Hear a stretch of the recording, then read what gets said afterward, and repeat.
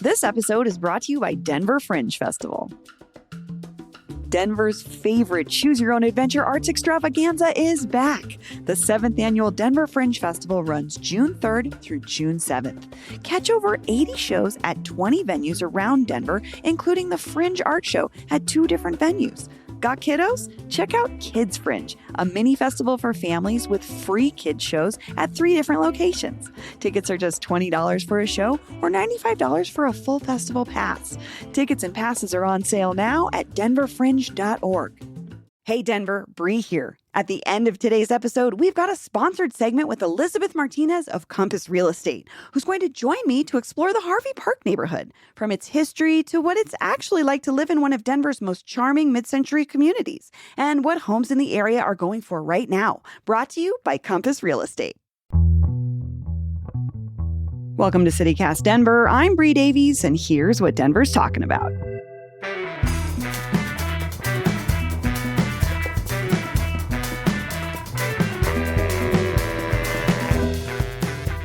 Today, we're talking about tapas trends and the unexpected places and ways singles in Denver are hoping to meet each other. Producer Olivia Jewelove, good morning. Good morning. And one of our favorites, returning fave, food and culture writer Sarah Rosenthal, hello. Hi, ladies. How are you? Good. Hey. It's a girly Happy to show. be back. What Love were a you going to girly call show. yourself? The I was going to call myself Foodie Bradshaw Foodie Bradshaw? because I do like that. Paul told me everyone gets like a nickname. So I think that's like a Foodie good Bradshaw it blend. is. Okay. I do like that. Do you Very feel like cute. you're a Carrie? Are you a Carrie? No, absolutely not. I hate that people tell me I'm a Carrie because I'm a writer, but I'm more of a Samantha. Okay. See, I also just wanted to be Carrie because I was always more of a Miranda, and Miranda sucks. So I'm probably You a know, blend I of haven't Carrie really. and... I've only watched a couple and episodes Samantha. of it. What am I? Oh, you got to watch. yeah, I was like, I don't really know. I mean, truthfully, probably none of us are any of them. No. I don't know, Olivia. Your type of person just like was not being acknowledged in the early 2000s I in a didn't. way. I was burned at the stake. Whimsical women who like have fun in life, not necessarily a thing we were celebrating in the No. early 2000s. Yeah, we were in the I psych think ward. actually I identify as like the lady that fell out the window.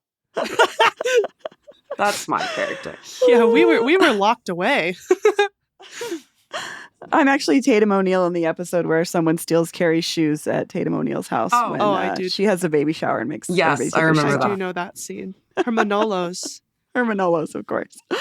Her Manolos she bought on that salary. That's a show for another day. Okay. Yeah. So, Sarah, our first topic is tapas. It's something that you brought to us because you're noticing a trend in and around Denver. What are you seeing out in Denver's dining world? Yeah, in relation to tapas, I've just noticed like a lot of these new small plate type of restaurants opening up. Heretic just opened in Rhino by Chef Theo Adley. He also owns Marigold up in Lyons, which is a fantastic restaurant. But there's Heretic. There's Marbella by Johnny Curiel. He just opened in January inside the Clayton Hotel in Cherry Creek.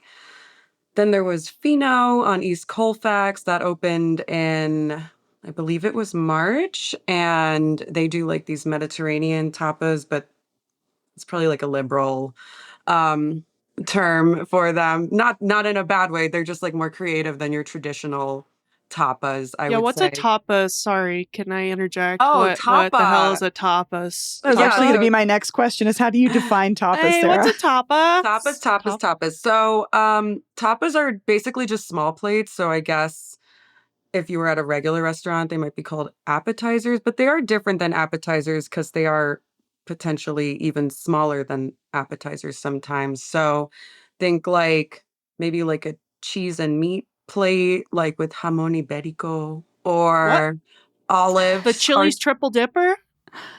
I mean, That's more of an appetizer. That's an American. Appetizer? Maybe that's like American tapas. An you know? anytizer? Yeah. Yeah. I mean, I would just say my struggle with the tapas situation in general when we're talking about like how to define them is like, to me, they're defined by, they're always sold to you as small plates to share. And I'm like, yeah. how do you share a small, you end up like looking at it and being like, well, there's 3 of the things on the plate and then there's 5 of us, so not all of us get to try it. But that's why you try a whole bunch. And I struggle with it because it's like the opposite of family style, kind of. I feel like That's interesting. Yeah.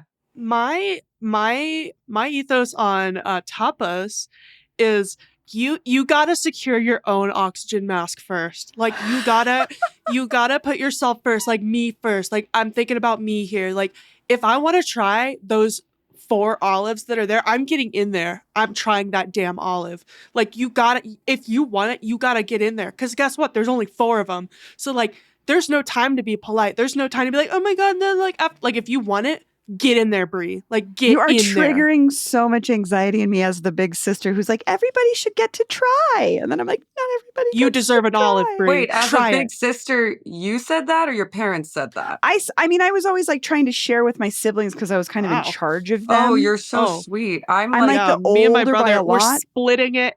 Someone splits, the Yeah. other one picks, and you're taking the one that's slightly bigger. I'm like, I want the slightly bigger half. You're splitting so I can pick. That's so yeah, funny. I often let the dark voices win and just take the last bite from my little sister, and I just laugh. And then I'm like, I'm so sorry I did that. I don't Oh, I know don't why I did that. apologize. Yeah. Sorry, Mason. Okay, then Sarah, what's your strategy to tapas? Like, say you go out with some friends, you want to try one of these new places. Like, what's your approach? Like, do you just order a ton? Does everybody pick one? How do you do it? So, it's interesting that you mentioned like you only get small, like per plate, you get very tiny portions because at Heretic, they have these like deviled eggs with tuna tartare on top, which was so delicious. I would recommend getting that one if you go there. But there was only 2 eggs, 2 little eggs on the plate. Hello. And I forgot what the cost is. I think it was $18 for the 2 eggs. Wait, I'm sorry. Wait, was so it it's 2 just eggs it's 2 or was halves. Was but it there is one tuna egg split in tartare half? on top. Yeah, like basically 2 halves So it was of an egg. it was 1 egg. 1 egg for So $18. it was 1 egg. It's called I Space guess. Spade here. Yeah. Okay, what? But I will sorry. say, like with the strategy, I have spoken to a few of these chefs. I'm working on a story about tapas. And I asked them like, how many plates do people typically get? And it seemed like they averaged out at like 2 to 3 plates per person. Although at Ultrea, which is in Union Station, they do like Portuguese and Spanish tapas. He actually said they order 4 plates per person, which I thought was interesting. But when I went recently, I went to Fino, which is another tapas place on East Colfax. And me and my friend got like, I think we got 5 plates. And I think we could have been good with just like 2 between the 2. I mean, like 2 each. So yeah, I guess it depends on how big the plate you're ordering is, because sometimes the portion is a little bigger. But if you're getting like 1 egg, Yeah, you're gonna it's have also to. I feel like it's hard to know. So I did tapas at Corsica recently. I assume that's tapas. That is, I mean, yeah. it was small plates. For like a birthday party, there were probably like over 10 of us there. But it was kind of like we're fighting for our lives here. Like, we're all just like throwing in orders. But like, we ordered the focaccia and it's like, oh, bread for the table. No, it's a singular square focaccia. And like, I'm gonna house that whole thing. So it's definitely like you kind of gotta like humble yourself and be like, okay, I can have like a fourth of this small thing and be aware that another plate is coming 2 minutes later, and then I can eat a little bit of that. So it's definitely like you can't be approaching this as like this is a meal. This is snack time. This is girl dinner. This is snack time. And like, you can't be thinking like, I'm going to come eat a meal. You're eating a bunch of snacks in rapid succession. Like you're just like having a little bit of this, a little bit of that, a bite here, a bite there. Cause you're not like going to be eating a plate of pasta. That's not happening with tapas. You're having a little bite of everything. And like, that's kind of the vibe. And like, I will say like, I got filled up by the end, but like, that was because, like I said, I'm securing my own oxygen mask first. I ordered the tapas that was literally just 3 pieces of bacon. And yes, I did eat an entire piece of bacon at tapas. I have no shame. It was good. It was candied bacon. I ate it and I ordered that. So like, I don't know, trust yourself. Do what you got to do. But I don't know. I feel like you got to like shift your mindset of like, this is not a traditional meal where I'm getting like a big entree that I'm going to eat. It's like definitely not that. I don't know if you agree, Sarah. I think you actually, in a way, were living like this tapas culture lifestyle with unintentionally, because that is like the idea of it all. Like, you're kind of relaxing, you're lounging. Oh, we're gonna have a little bite of this. Let's have a glass of wine. Oh, I'm with the I was having a girls. lot of glasses of wine. Yeah, and that's kind of part of it too, because tapas come from Spain and I was going to say, yeah, I want to talk about that cultural component. yeah. Because my cousin's wife is from Leon, Spain, and she has this hilarious rant about this. She's like, tapas are free. You get tapas, you order a drink, they bring you something from the kitchen. It's crazy to me in America that we're paying for tapas. They're like part of, but this is this is culturally, it's like this chips is and salsa. it's a Mhm. region It's like in the free Spain that chips and does. salsa. Yeah, but it was just so funny because she was just like, I genuinely don't understand why these are called tapas because this is just not how it works. And it's funny to me, the dichotomy of the free with a drink versus here where we're like debating if an $18 egg is worth it. It's not. I'm sorry. I'm going to be that guy.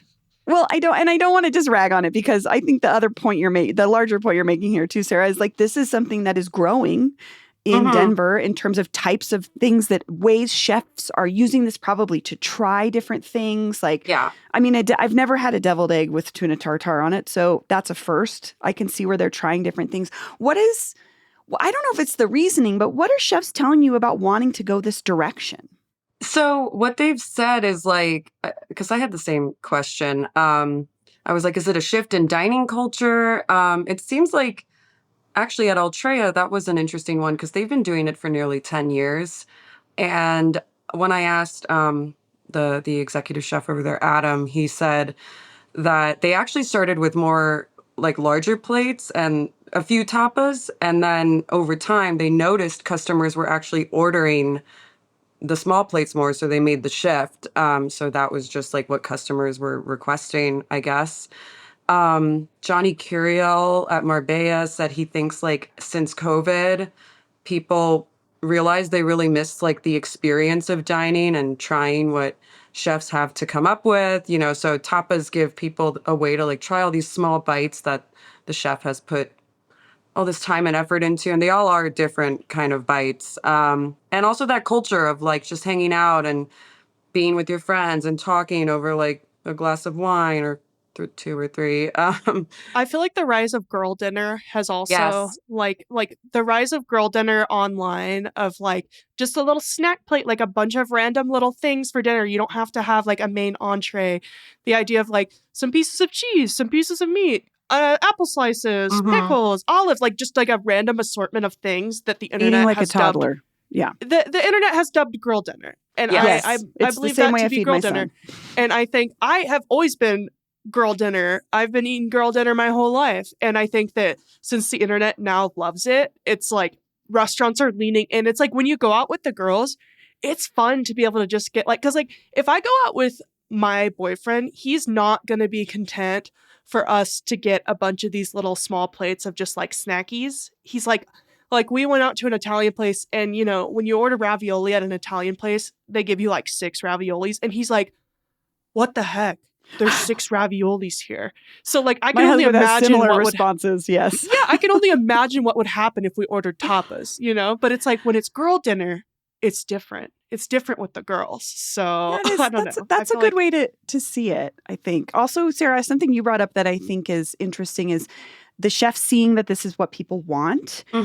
So it's sort of like maybe in some senses a more affordable sort of chef's counter experience where you get to do a tasting menu, but you build it yourself. And maybe it isn't quite as pricey as a tasting menu might be, but you're still getting that experience of like trying something that they've just come up with this week or whatever. Cause like to me, nothing is more exciting than getting that opportunity in a restaurant when Hmm. like maybe you have a friend that works there and they're like, oh, the chef's awesome. He wanted you to try this. Like it's so when you get to like go and pick them out, I think that might be part of it too. It's a fun experience. well, and Hmm. I think like I went in this big group of people, so like that definitely helped. But between all the wine and all the things we tried, I paid like $35 and like I got to try so many different things and have a lot of wine. And I was like, that's a good price for like all the stuff I ate and all the Yeah. wine I drank.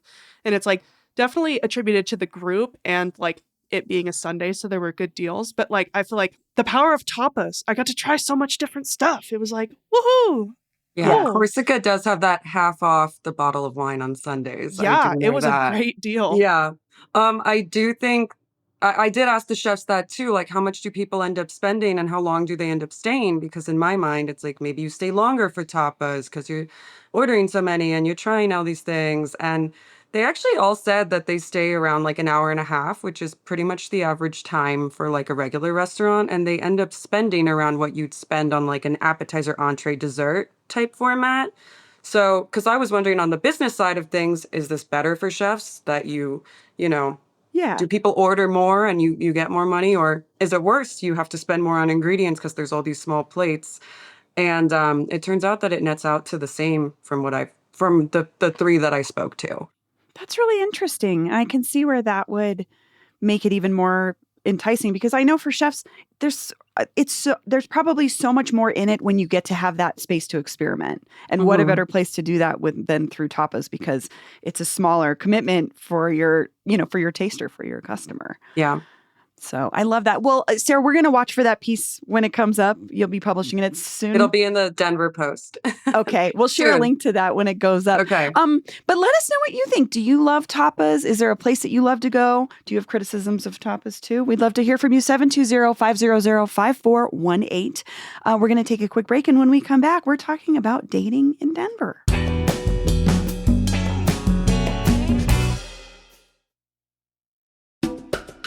This episode is brought to you by the Central City Opera. The 94th Central City Opera Festival opens June 27th. Since 1932, Central City Opera has been one of Colorado's favorite arts traditions, bringing world-class talent to an 1878 opera house just 1 hour west of Denver. This summer, Central City Opera is celebrating Colorado's 150th anniversary and 250 years of American independence with an anniversary all their own, the 70th anniversary of their world premiere of The Ballad of Baby Doe.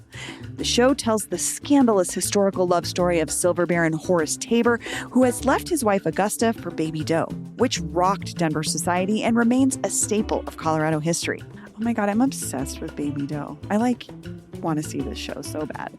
I know it's a scandalous story because Augusta Tabor doesn't get the credit she deserved for being a very cool lady.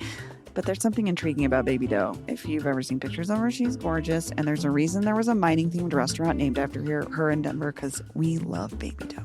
Other shows this summer include The Marriage of Figaro, Masterclass, CCO in Concert, and so much more. Tickets start at $32 and seats are going fast, so don't miss out. The festival runs June 27th through August 2nd. Visit centralcityopera.org to learn more. Okay, we're back. So where are singles in Denver meeting these days? Or maybe how do they prefer to meet people? Or how are they meeting people at all when it seems like dating apps are just not it anymore? We have we're going off some data from a new survey from ace.com, which is, quote, a social casino that honestly, if you go to it, looks like an American flag yassified Uncle Sam AI nightmare. But they conducted a survey of singles in Denver, in Colorado, of over 3,000 people, and they came up with this top 5 list. Olivia, what is this top 5 list? How would you describe? Voted by singles, it's the top 5 Colorado places that are the most unlikely romantic spots in the state. Okay, first, before we get started, Sarah, do you have any place that you've met somebody where you're like, I can't believe I met them there? I'm thinking the DMV line or something. No, although I do have this fantasy of meeting somebody in a grocery store. Yes. I don't know why the Drop an grocery apple. store is where my biggest fantasy is, but which actually was in this survey. I saw a lot of people want to meet someone at a grocery store, but I did play kickball with Volo for a few seasons. I actually did a whole story on it because so many people on the team and other teams hooked up.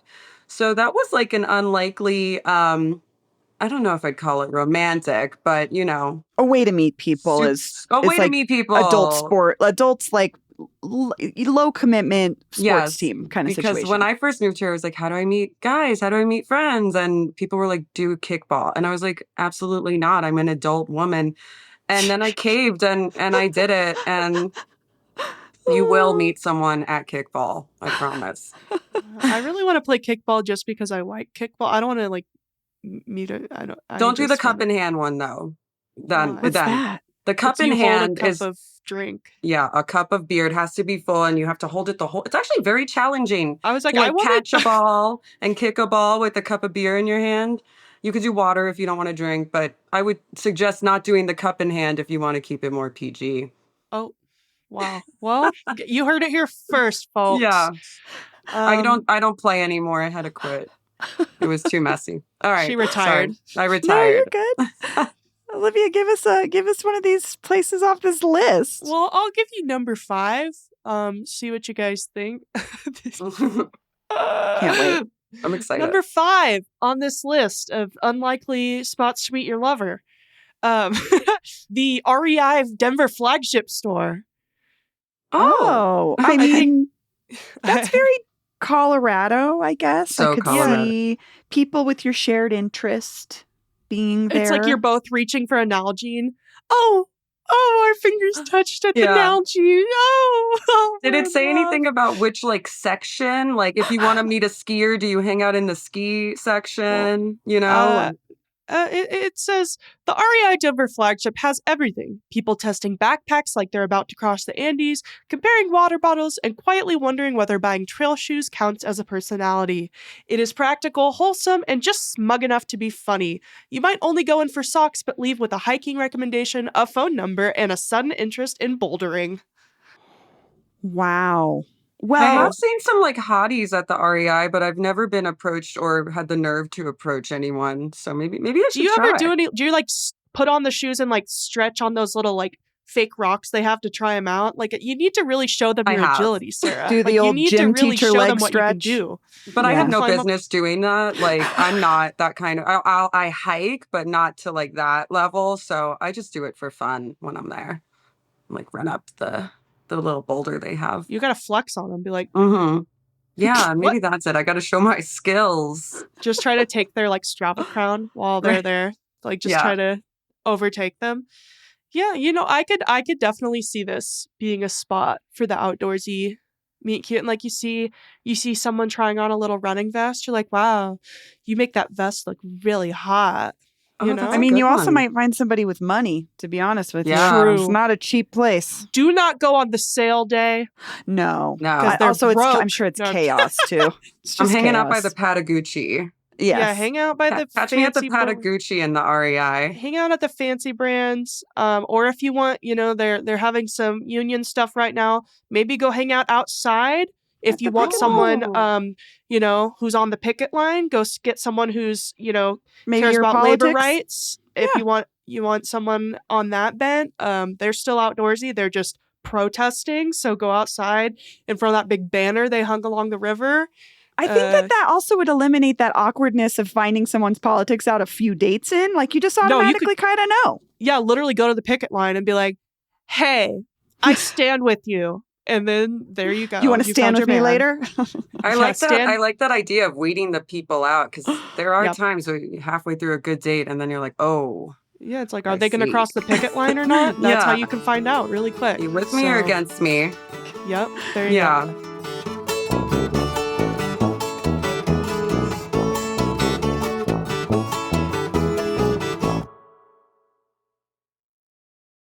All right.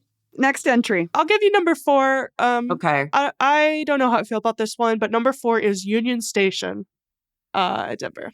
Okay. So I'll read you this first little Yeah. sentence. Union Station has that polished commuter chaos energy where everyone is technically going somewhere, but half of them are lingering over coffee like they have all day. Oh, okay. I Well, mean, Altrea's in Union Station. You could get tapas with someone if you bump into them. yeah, and I've definitely sat and like had a little drink at that little terminal bar and sat in the main Cute. area. I've spent some time in Union Station. I don't know about finding a person there. Yeah, I'm usually like in a rush when I'm going to Union That's Station. what I was thinking, because too, I'm is don't like- talk to me. Like, don't try to flirt with me here unless I'm like sitting and working, maybe. maybe. But then I I'm don't like, know, I was you like, know? I'm just surprised that this made the list, honestly. same. But, Yeah. you know, well, Kind of old-timey, like where the guy shows up to the train tracks and is like, "Wait, don't leave. I love you." yeah. Come on. She's And they waving out the kiss. window of the train. Yeah. Yeah. Maybe it's like Well, for an older crowd. that could be you. Nostalgia All right. core. Nostalgia core. All right, here we Nostalgia go. Number 3. Brie, I think this one's for you. Casa Bonita in Lakewood. Find your lover. How would you meet someone there? That's You go into somebody's family dinner and interrupt and say, "You're attractive. Well, can I buy Well, you what about a the strong divers? margarita?" I don't know how I old they are. mean, you would I have to think they're catcall the adults divers now. and then get escorted out. They used to be high schoolers. Now they're adults. Yeah, I only recently went for the first time ever, like a few months ago. Did you get And, any vibes that it might be romantic there? it felt more like a dream that wouldn't end. I was like, when do I wake up from this? But like it was fun. So, but Like, yeah, I could as see far it as as a good romance, I'm not date. sure. Yeah, and Like it had that like chlorine smell. Mm. Yeah. Yes, the Mexican restaurant with a pool in it. It would be fun if they did like a singles night there, you know, because Totally. their bar is really. I think they have really good margaritas. They're very strong. They are And, good like, margaritas. If they did like one of these like singles mixers things, like I could see Yeah. that because there's so much entertainment, so there wouldn't be any awkward silence. Yeah, I was so like, there's ton to do. yeah, I feel like that could be fun. So Casa Bonita, hit me up if you want that idea. That will be $4 million. You could like they'll flip meet- the tarot reader like a 20 before going in and be like, say that we're like meant for each other, you know, Yeah. like something Our like signs that. are. Yeah. Oh, I'm getting really good compatibility. Can you just pull this specific card, please? Yeah. Thank you. Yeah. Okay. This next one, in lieu of recent events, I'm not sure it aged super well, but number 2 is the Manitou Incline. Somebody died on it. Yeah. Oh my last God! week. What? So Oh, I missed that. I'm that's really sorry. sad. But apparently it's a meet cute spot. I mean, barring that situation, I could see it. Like I have like I have one of those cool Colorado. I have multiple cool Colorado cousins that do all the Colorado stuff, and like one of my cousins, Megan, is a super babe, and she does the Manitou Incline anymore. So like, I could see like, yeah, you want to meet again. It's kind of similar to the REI, and like you want to meet somebody with your similar interest in like outdoor fitness. But like, I don't know if you get to the top of it. Yeah. Yeah. I'm like My very face pale and I gets- get very Oh, red. I get so red. Like even when I'm super in shape, I get red Oh, yeah. so bad. And I'm like, and people are like, "Are you okay?" And I'm like, "Shut up." Don't literally, talk. I'm like red as a tomato and if I even like do moderate cardio, honestly. So I don't think anyone's going to approach me unless it's like a doctor that's like, Are you okay? can I help you? Here's an inhaler. Hey, or- and then that's just kind of a double whammy. You got a doctor docking you. Yeah. Okay.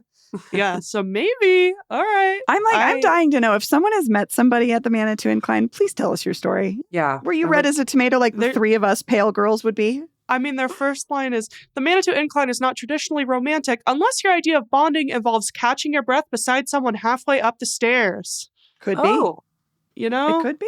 It could I be. don't. maybe two like Okay. very beet red people could fall in love. You know? Whitepeoplebeat.com. Yeah. All right. We got coming in at number 1. Any guesses?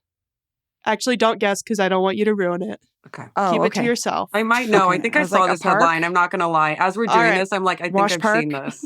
Number That 1. would make more sense. Number 1. The Red Rocks Amphitheater Rocks. parking lot. Okay. That's questionable to me because I don't know what state you might be in if you're in the parking lot pre or post show. So such a good Okay, point. they say You know? they say beforehand. They say Okay, so you're beforehand. pre-gaming. You got Mm. something to talk about, right? You're going there to see the same show. I mean, I think, honestly, in general, I think for my ilk of person, concerts are definitely where I've met people. So this is like a pre-concert. So you're not in the venue trying to talk, but you know that you like at least similar music. You go up to his forerunner and you're like, Can I have an IPA from your Forerunner Yeti cooler in the You back find of out your... both of you are going to all 3 days of Blues Traveler, you know? Yeah. Hey, do you want to come sit on my Subaru hatchback? I'm wearing my Seems very Hokas and my real. Cotopaxi backpack. I mean, it seems very real to me. I mean, also part of Red Rocks is like, again, the stamina thing. You might be there to party, but you also might be a super buff person that loves to work out. You can crush a 6-pack of fancy craft brew IPA, but you can also run up those stairs backwards while wearing 4 chains on your chest. Maybe don't be that guy. Sarah, would you take a gamble on this? Would this be a place you might try to meet somebody? You know, if there's a nice guy pretty much anywhere at this point, I don't care where I meet him. It could be the parking lot. It could be on the train, you know, just hit me up, you know. Hit Sarah's line. But I have gone on a first date to Red Rocks, and it was, you know, not a lot of parking lot action, but at Red Rocks, it is very romantic. But That's yeah. true. Mhm. I feel like you're kind of trapped. I mean, I was nervous about that because you are like, and we took the bus, which should have been a red flag, you know. But yeah, like eco-conscious there's baddie, no way out. okay?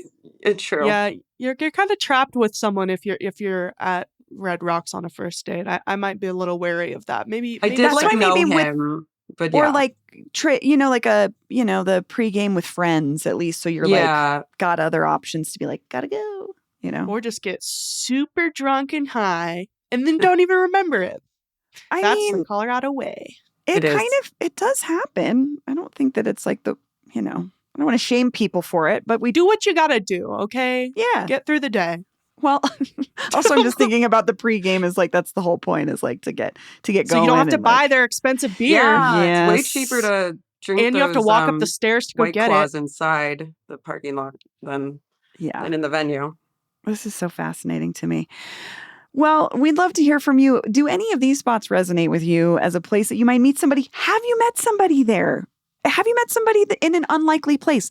Let us know on the Where Do You Date in Denver hotline, 720-500-5418. Again, you can text us, or we love it, leave us a voicemail, and let us know what you're thinking about.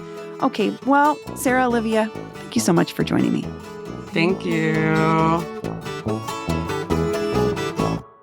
Hey, Bree here with Elizabeth Martinez, real estate broker at Compass. Elizabeth, welcome back to CityCast Denver. Happy to be here, Bree. Elizabeth, what neighborhood are we talking about today? Today, we're heading down to Southwest Denver to Harvey Park. Elizabeth, I know you grew up in Harvey Park, right?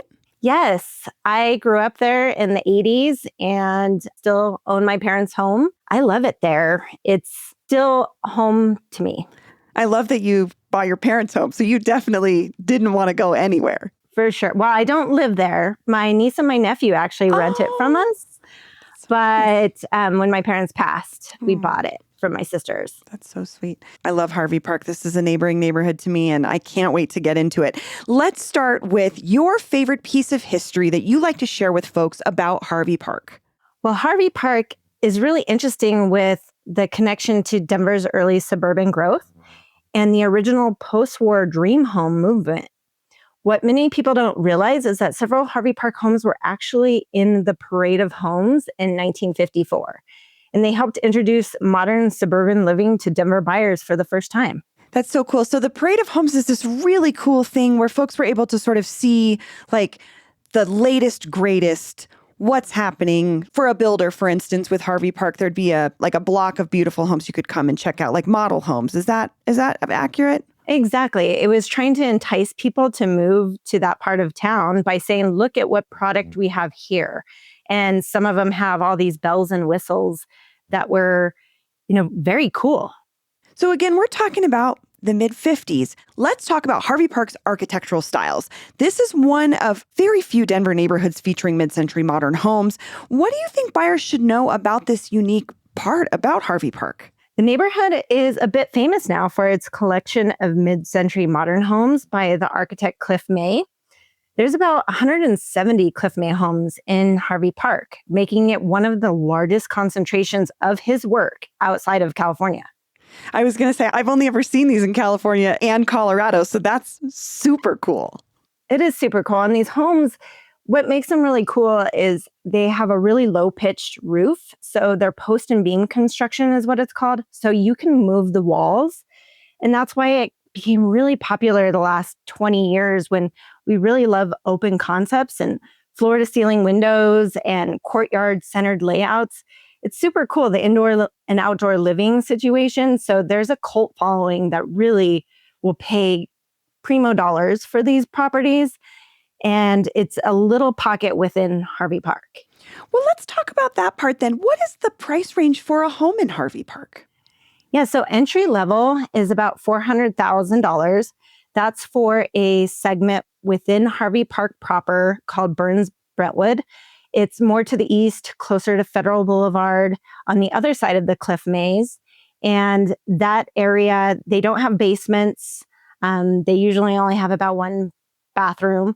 And then when you get to the median, as of today, is $500,000 per RE Colorado or MLS. And that gets you a Hutchinson Ranch, we call it, a brick box. And then you have high end, which could go up to $1.3 million, is for Lake Ridge or Riviera Lake. Okay, so there is quite a range, though. That's what I think you're getting at here. Is there's the entry point homes, but then they go all the way up to the $1 million homes. So there's quite a spread in Harvey Park. Yeah, and this is Harvey Park proper, just mind you, because there is Harvey Park South, which is south of Yale to Hampton 285. But then Harvey Park proper, when I'm talking about that, is from Yale to Jewel, from Sheridan to Federal. Okay, so what kind of buyer would gravitate towards Harvey Park? So different types for the different types of homes that they have. So entry level, because it's more attainable for a single family home in this neighborhood. Also downsizers, because there's a lot of ranches that you can stay in for a long time. And then there's also the water enthusiasts, because I mentioned earlier about Lake Ridge and Riviera Lake. What people don't know is Riviera Lake is the only motorized boat lake in Denver property. So people that literally want to live on a lake with a boat, this is where you're going to live. And you can't get that anywhere else. And Lake Ridge is a pond, essentially, with no boating, but you can stand up paddleboard, which is amazing. And it's just tranquil and beautiful. And so those homes go for a premium. Yeah, there's so much to discover about Harvey Park, and I think we really hit on that in this conversation. Elizabeth, thanks for being here. Oh, thanks for having me, Bree. Again, check out elizabethmartinez.co to learn more. We'll have a link for you in our show notes as well, so you're just a click away. Thanks for listening. That's all for today here on CityCast Denver. If you enjoyed the show, why not take a minute to tell Chef Theo Adley about us? Rate the show wherever you get your podcasts, follow us on Instagram and TikTok, and subscribe to our morning newsletter at denver.citycast.fm. We'll be back tomorrow morning with more news from around the city. See you later.